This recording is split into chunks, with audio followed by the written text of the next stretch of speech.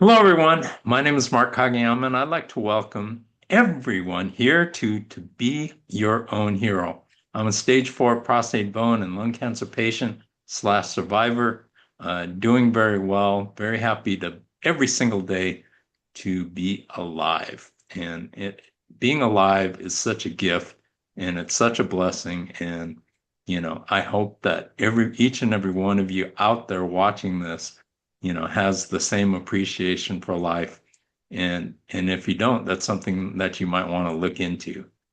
Anyway, I have a returning guest who is absolutely phenomenal. Chris Joseph. He and I are on the same page, and we have some great topics that we would like to discuss with you. And it's very relevant topics to the world of cancer. So at this time, I'd like to bring on Chris Joseph. Please reintroduce yourself, and we're going to get into some great stuff. Well, Mark, thanks for having me on again. Yes, for those who don't know, I'm a almost 9 year. October this year will be 9 years since I was diagnosed with third stage pancreatic cancer.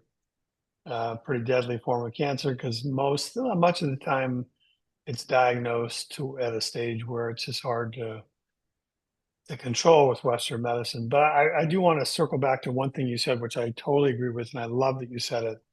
When you introduced the podcast just now, you talked about the appreciation for life. And what a beautiful thing to say. So thank you for reminding all of us about that. All of us. Thank you, Chris. You I, know, I think we all need constant reminders about how lucky and fortunate we are to be able to open our eyes in the morning or in the evening or whenever you open your eyes and to experience another day because, you know, we only go around once. So it's to me, it's so important that we embrace the short time that we're here. And it's short because in the blink of an eye, I went from being in college, which seemed like a lifetime ago now, and all of a sudden I'm in my late 60s. And where did the time go? And so I think that's one of the things about cancer that brings a great perspective. And you realize you've faced your mortality and you realize, you know, what a precious gift life actually is. I tell people, you may have heard me say this before. I tell people that my life is better now. 9 years into this, it's better. It's richer, it's deeper, it's more meaningful. I have more of an appreciation of how lucky I am and Hmm. uh, how much we have. My relationship with my kids is deeper. It was never poor, but it's just better, even better now. My relationship with my partner is better. Um, I don't get caught up in, I'm a news junkie, but I don't get caught up in what's going on in politics anymore because it's out of my hands, totally out of my hands. And so, why get worked up over something that I can't control? That's a But great point. Absolutely phenomenal point. Is so many people get so wrapped up in things that they can't do anything about. So why are you getting so wrapped up about it? yeah, I mean, I used to be that way, so I understand it. Um, I was rabid, and now I mean, it's been years now. I mostly, in fact, rarely watch TV news. I just turn it off. I don't care what channel people are watching, whether it's CNN or Fox or MSNBC or whatever. There's a couple others. Turn them off. They're not news. It's just agitating you. And agitation is not good for anyone's health. It's not good for someone who's going through a cancer journey. I mean, so much you and I know this, and others who follow you know this. It's about regulation of the nervous system, right? At least one of the things. And getting angry is not that's the whole thing about. And again, you know me well enough by now. I don't ask people to agree with me. I say what I think, and people can take it or leave it. But I don't really like the fighting cancer thing. I just don't. I think for me, cancer was a gift. And I know that sounds just so weird to say. And I've said that to some people, and they look at me like I'm insane, and maybe I am. But to me, it was a gift. It really, cancer showed me how unhealthy I was. Now, it could have gone south, just like it could have for you and for others. Um, but that was a warning sign. My body was saying, time to get healthy. And yeah, so I'm grateful for that. And I don't want to fight a body that's giving me a tip like that, right?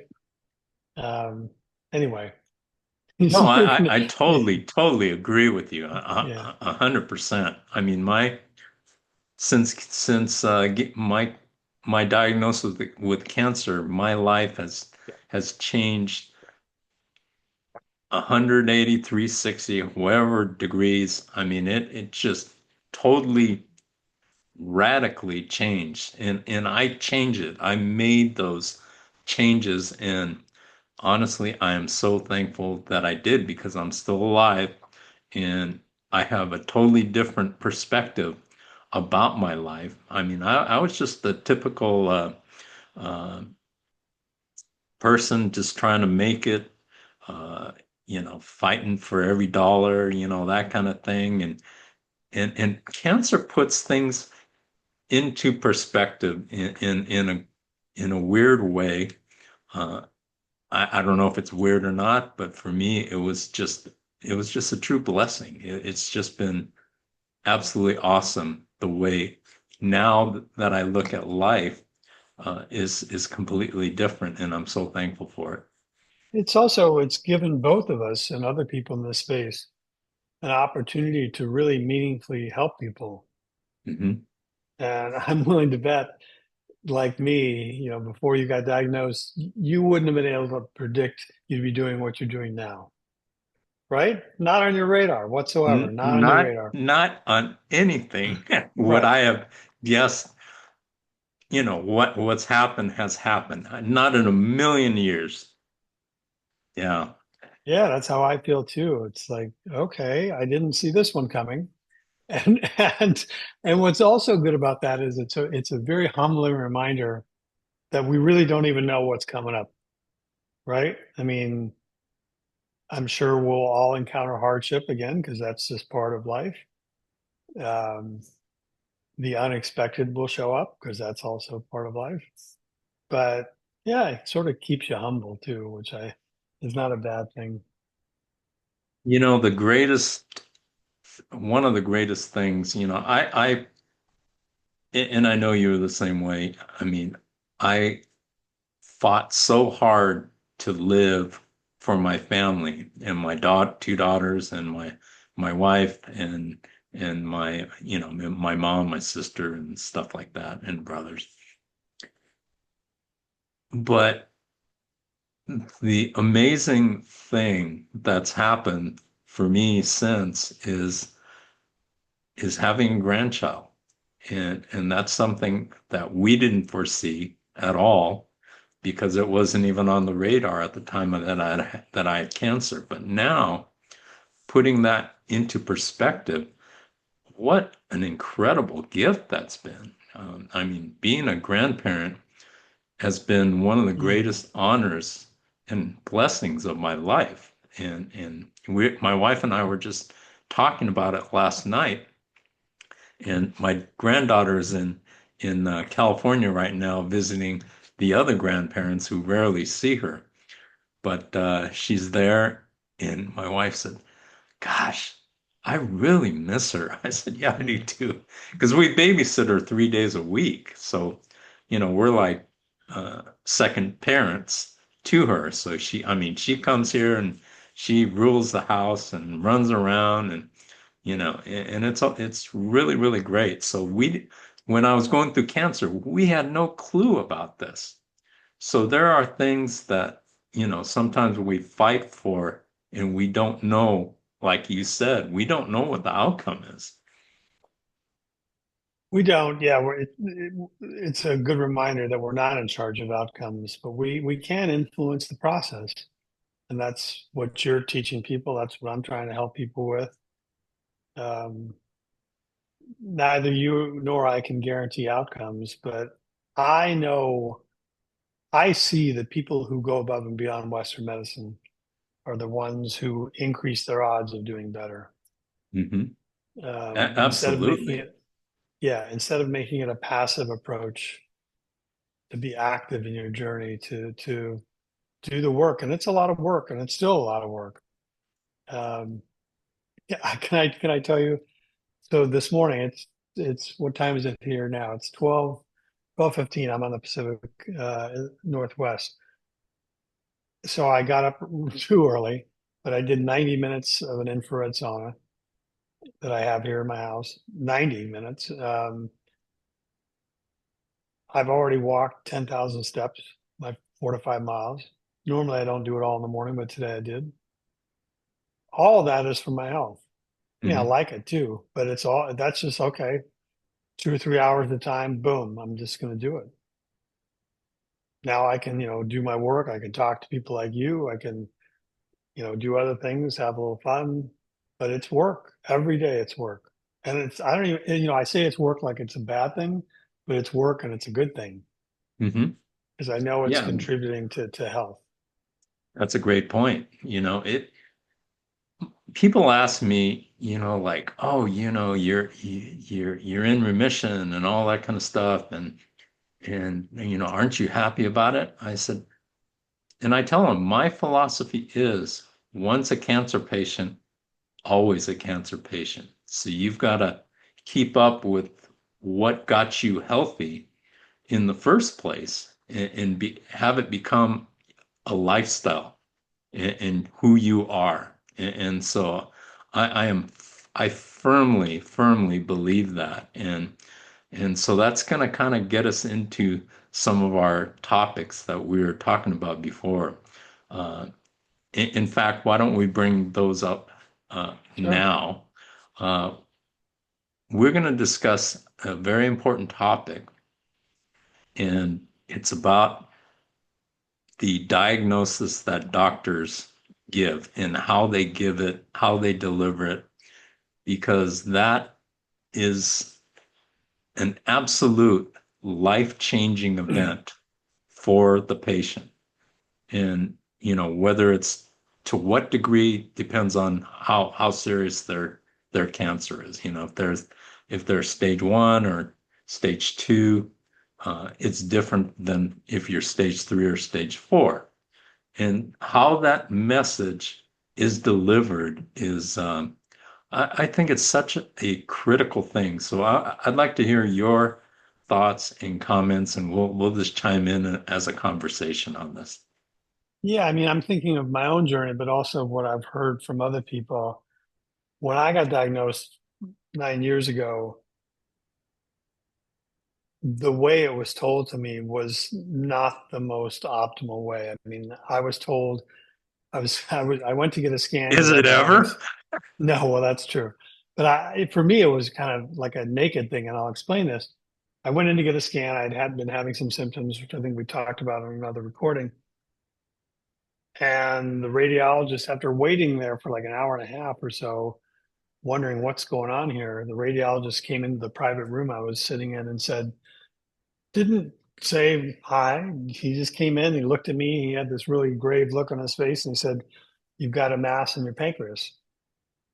And then he said, "Talk to your doctor."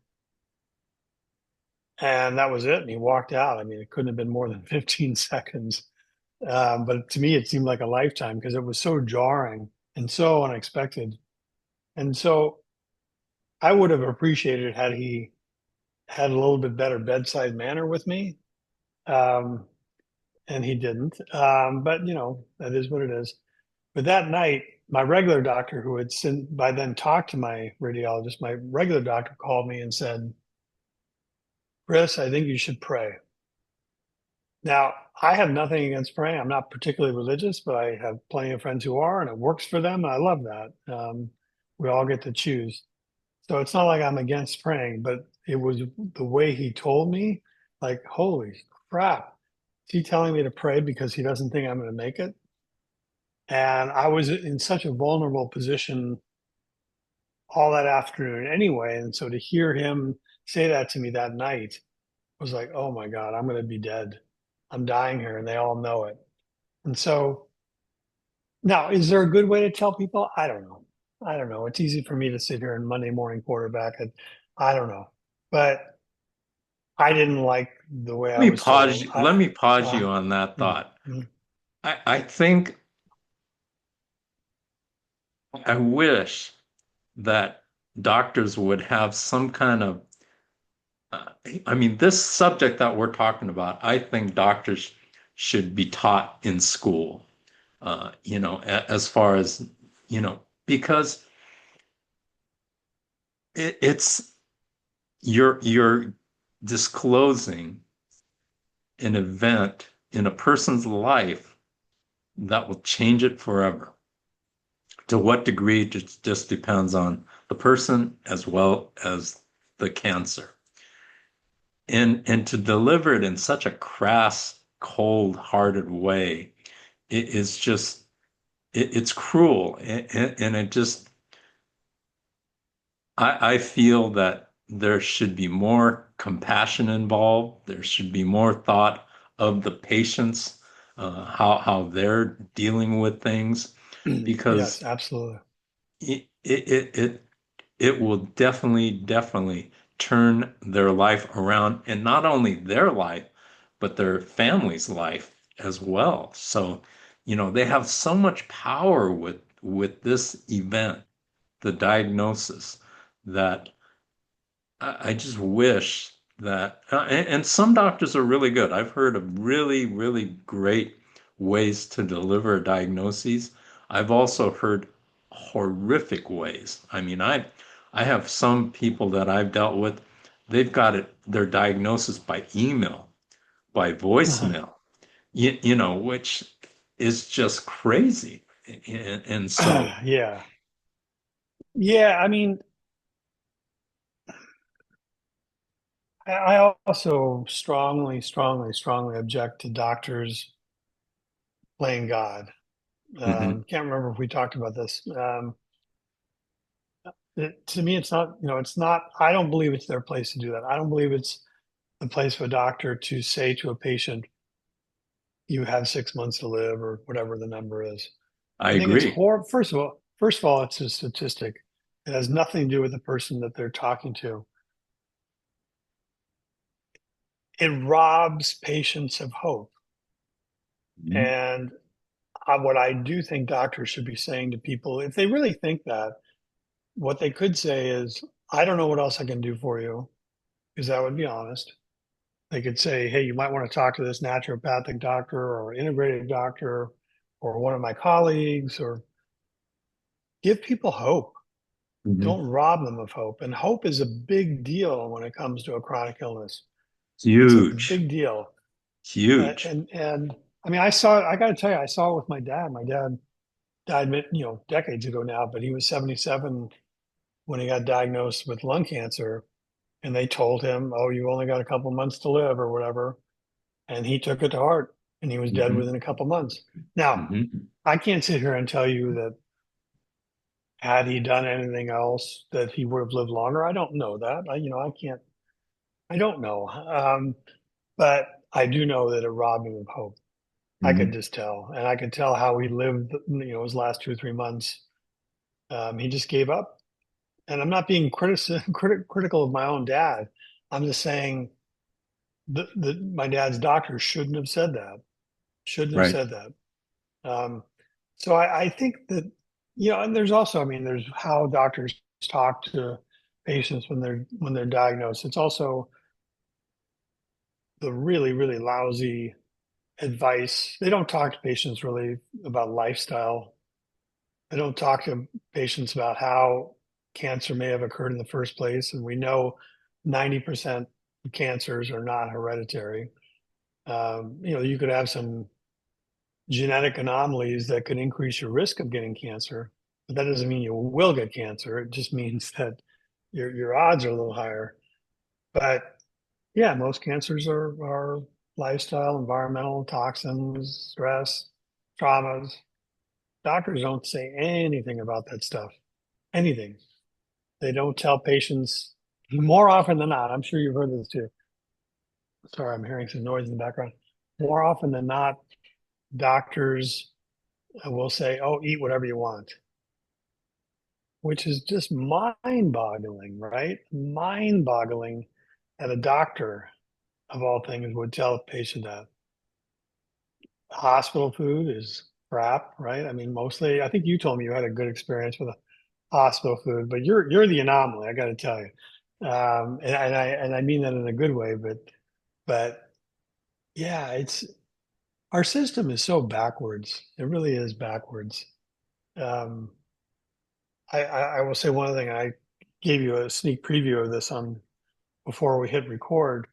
That I was on a webinar yesterday. I was in the audience listening to some pancreatic cancer researchers talk about the latest and greatest, and they're doing their best and they're well intentioned. I know them personally, and they're good people. But they're talking about gosh, we really don't know what's causing the uptick in cancers with young people, and we don't really know why indigenous people are getting pancreatic cancer and why poor people are getting pancreatic cancer. So like, yes, we do know because we can't feed them good food and they don't exercise and all sorts of reasons. But yeah, sorry, I know I'm spouting off here about um, I just think there's so many things that doctors say that simply are wrong or not true or told in a very inelegant way. And I think, to be honest with you, I think the public is all too willing to listen. Like, okay, my doctor said it. Mhm. And I was this way too. I'm not being critical. I was this way too, that we put doctors on pedestals, right? Now they know more than we do. Yeah, they probably know more about chemotherapy than I do. They know more about radiation than I do. But they don't know my body better than I do. Mhm. They don't know more about nutrition than I do. I can tell you that. Um, yeah, we're living in a crazy world. Yes, we are. And you know, our world is so chaotic and there's so much going on with it. And I think that's a great point because, the average person, all of a sudden, when they get a cancer diagnosis, they're living their life and they're thinking in terms of their work and their family and their life.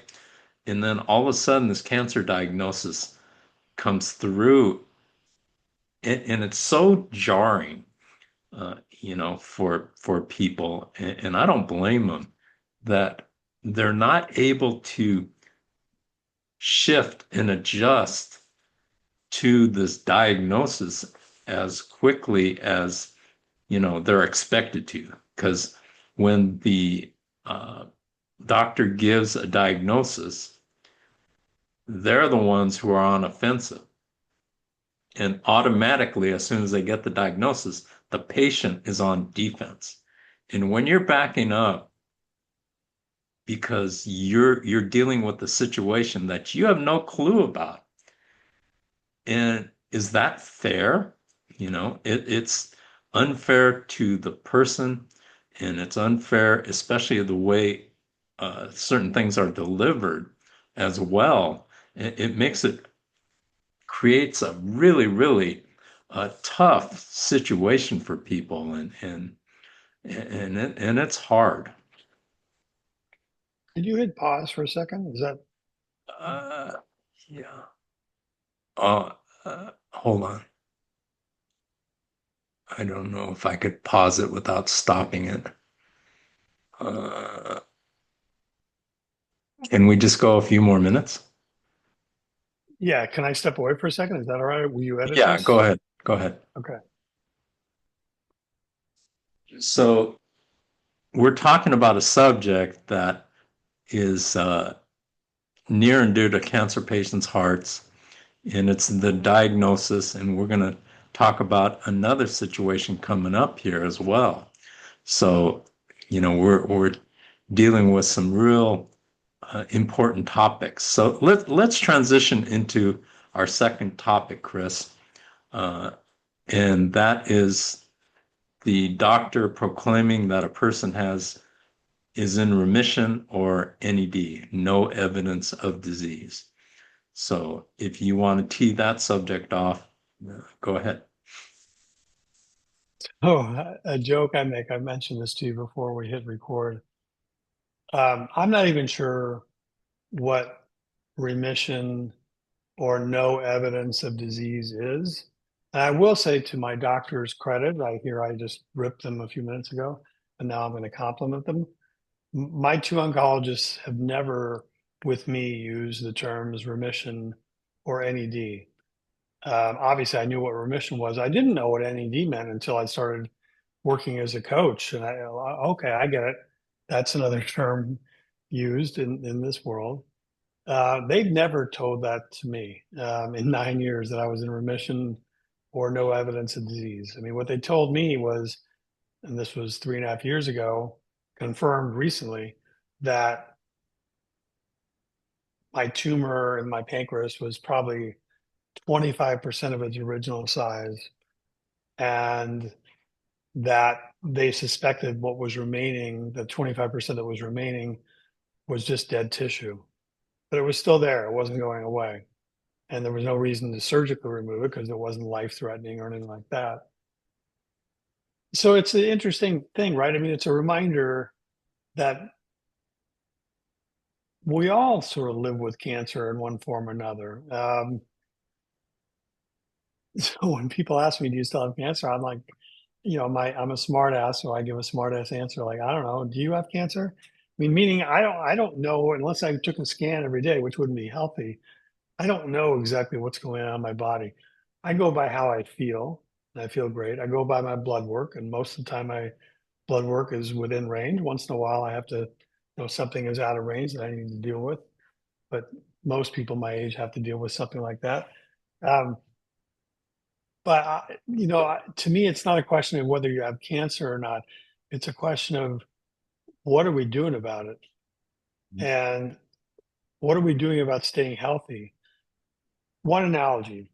So we know for a fact that people who are healthier with strong immune systems did far better in COVID. Mhm. Putting aside vaccines or anything like that, we know that people who are healthier did better. Mhm. It's not even I mean, there's study after study after study that show that. Sadly, people who were vulnerable, who were not healthy, who had other pre-existing conditions, did not do well, and many of them died. But the same thing is true with cancer. The people who are healthier, who do whatever they can to make themselves healthier, are likely going to do better on their cancer journeys. I'll say one other thing. What you went through, what I went through, knowing what we know now, it's not an accident that we're here. Mhm. It's not. I agree. You were not passive. You're still Mhm. not passive. I was not passive. And so the whole thing about NED and remission, that languaging works for some people. It doesn't really work for me. Mhm. Um, I don't relate to it at all because so I lied. I said one more thing, and now I have one more thing. If someone ever told me, "Oh, you're in remission," I might be tempted to relax. Right, right. And while relaxing is good overall, it's good. It's healthy to relax. I don't want to relax when it comes to making sure I'm diligent about my health and making sure that I'm diligent about doing whatever I can to make sure cancer doesn't spread in my body. So, yeah, remission is an interesting term. I totally agree. And like you, I meet people every day, and it's fascinating.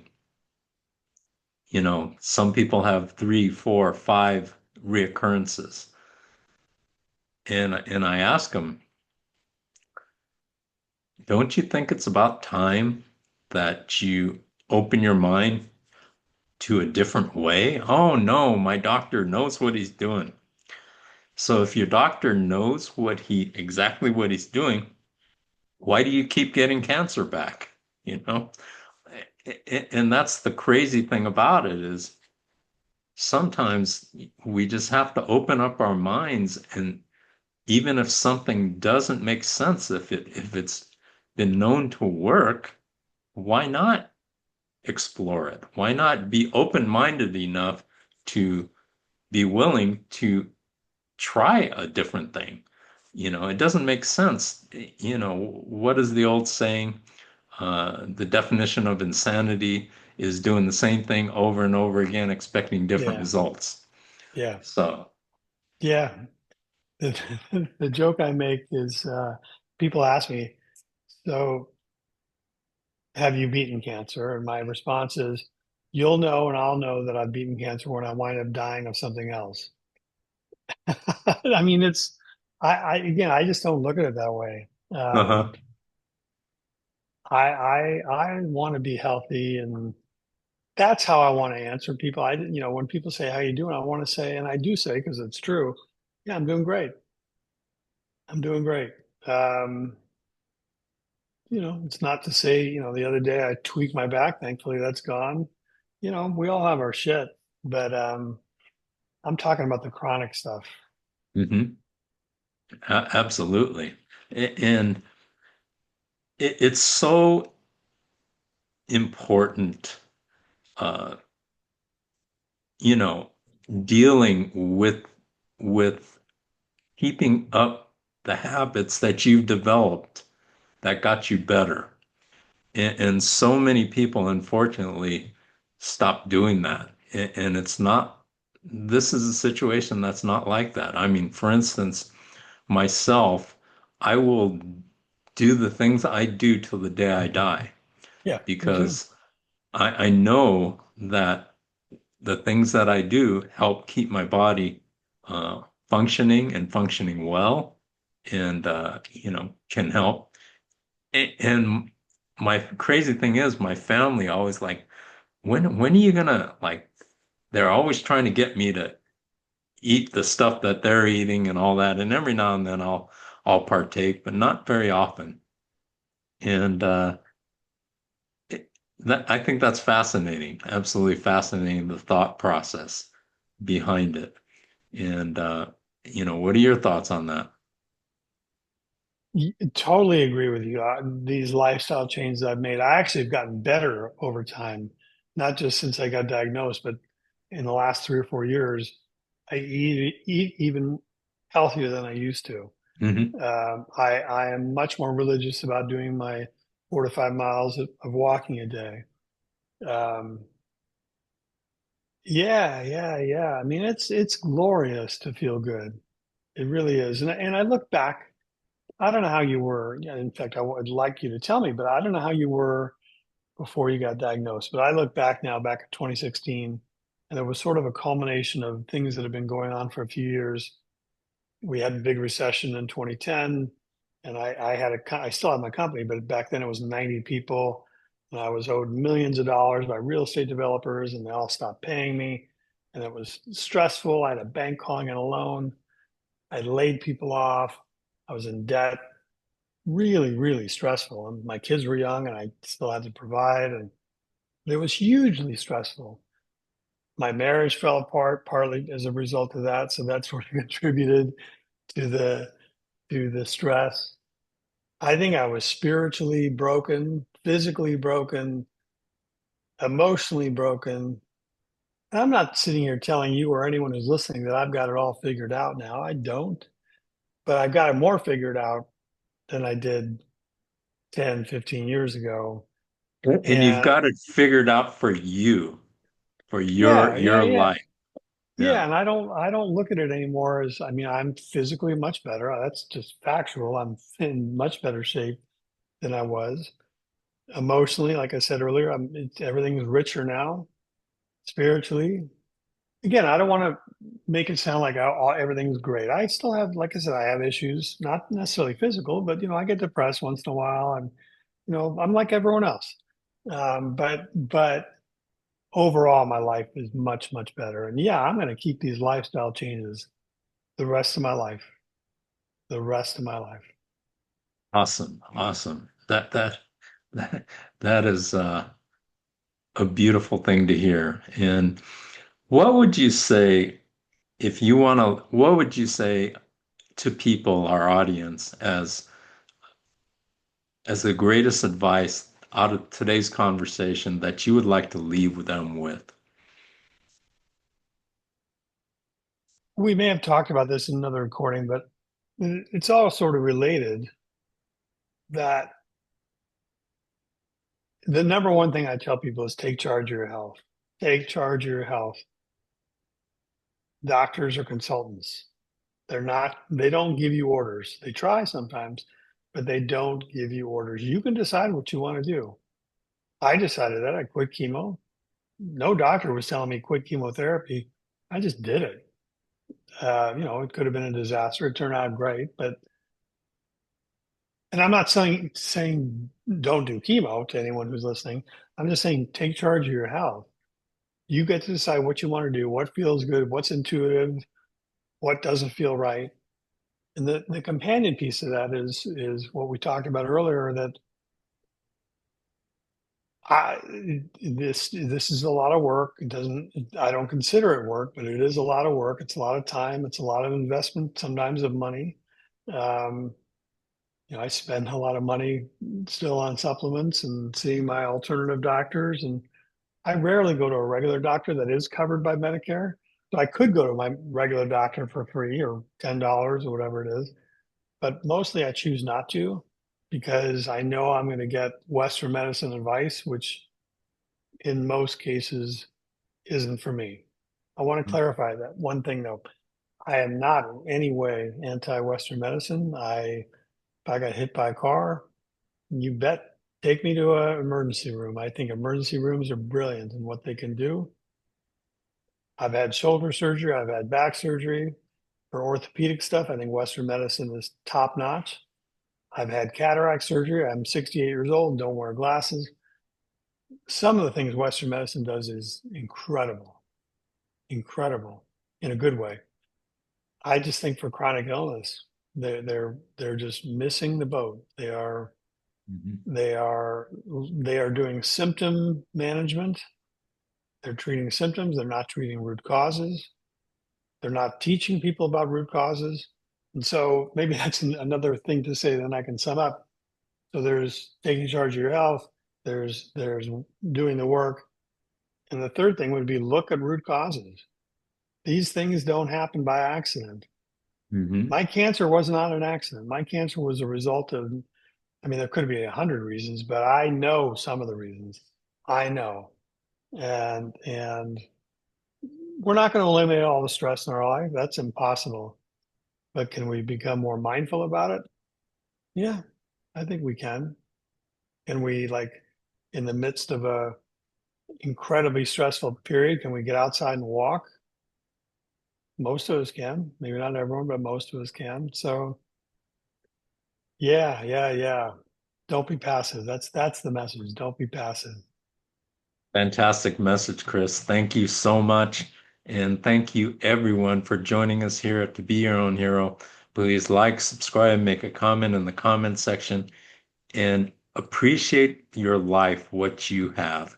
And, some people may not appreciate what they have right now, but it's beats the daylights out of being 6 foot under. So make the most out of each and every day because it is a gift and a privilege that we should all take care of, enjoy, and utilize to its fullest. And so we will see you next week on To Be Your Own Hero. Thank you very much for watching and have a fantastic week. Thank you.